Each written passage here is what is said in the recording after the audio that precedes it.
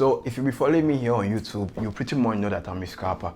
And what I mean by that is I participate a lot in the small up and down market movements, especially in the lower time frames. And though there are reasons to why I choose to be a scalper, one of it being that here in Italy where I live, I'm working. Because I'm not yet a profitable trader, I work. Like I do my 9 to 5 in a week. That means that each day I go to work, I do like 8 to 9 hours at work before coming home. Feeling tired, of course. But before going to work, I've got pretty much very little time at my disposal before I go to work. I've got, I think, like 4 to 5 hours to do my things around at home and also to trade before I go to work. So having that very little time at my disposal, I just can't trade the market like a full-time trader would do, which obviously they've got all the whole day to look at the chart and patiently wait for when there's a good entry. So that's one of the reasons why I choose to be a scalper, why I choose to like trade the very little time frame market movement. And secondly, I just like trading that lower time frame movement. It gives me more anxiety.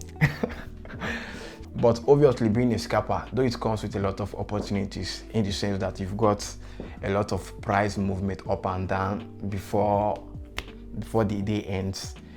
You've also got a lot of fake out as well. Like there's pretty much thousands of fake out in the sense that the market will show a sign to go up and you buy, instantly start going down, stop you out. So that's pretty much what has been happening to me since I've got this my 5K funded challenge account. So because of that, I'm changing my time frame. Now that don't mean I've gotten rid of lower time frames in my chart, no. Obviously not, because I'm still a scalper. What I'm trying to say is I'm trying to integrate more higher time frames into my chart, then maybe 1 or 2 lower time frames, which obviously I will show you guys right now. But before I take you guys to the time frame I've chosen to stick with, I'll quickly take you guys through my challenge, my funded challenge portal, to show you guys how the week went for me, because I got a lot of fake out. So as you can see guys, on Monday, which was on the 13th, I took a sell and the market went to my direction. Then I broke even, covered for commission fee as well in the break even. Then after the market came back and stopped me out, but obviously stopped me out in break even, and that was a risk-free trade for me, and I covered all for commission as well. So the $1 I made was what went for commission fee. While on Tuesday, I took 3 trades. The first, which was a win, the second was a loss, and the third was a loss as well. So I stopped another trade for that day again.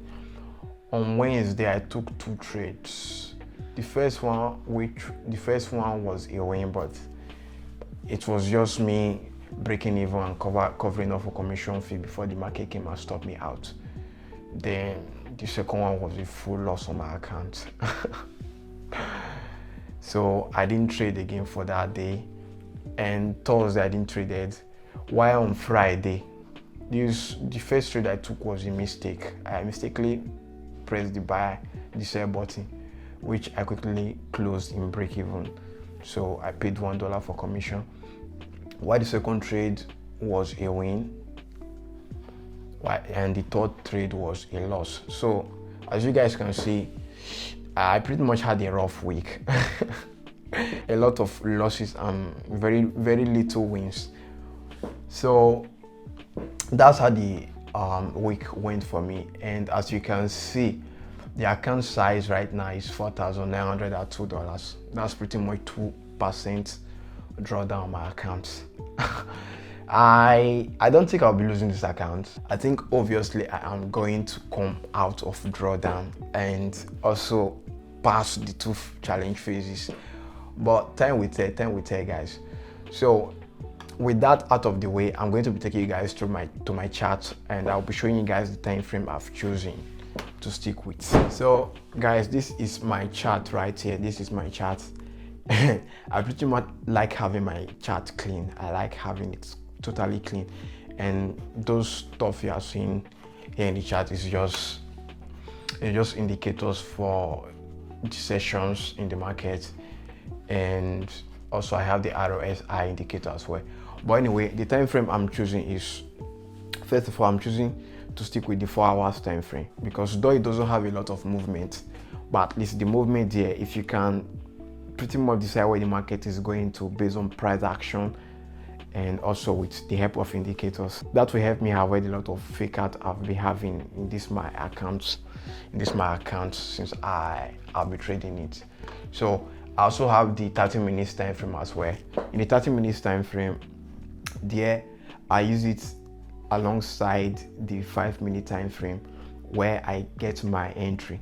So the 5 minutes time frame is what I use to get my entry, while the 30 minutes time frame is what I use to decide my daily bias, should I say, on where I think price will go to during the day. I'm not using the daily. I used to use the daily before, but I just got rid of the daily because it's not like I'm swing trading, I'm a scalper. So I don't really think the daily time frame is that very useful to me.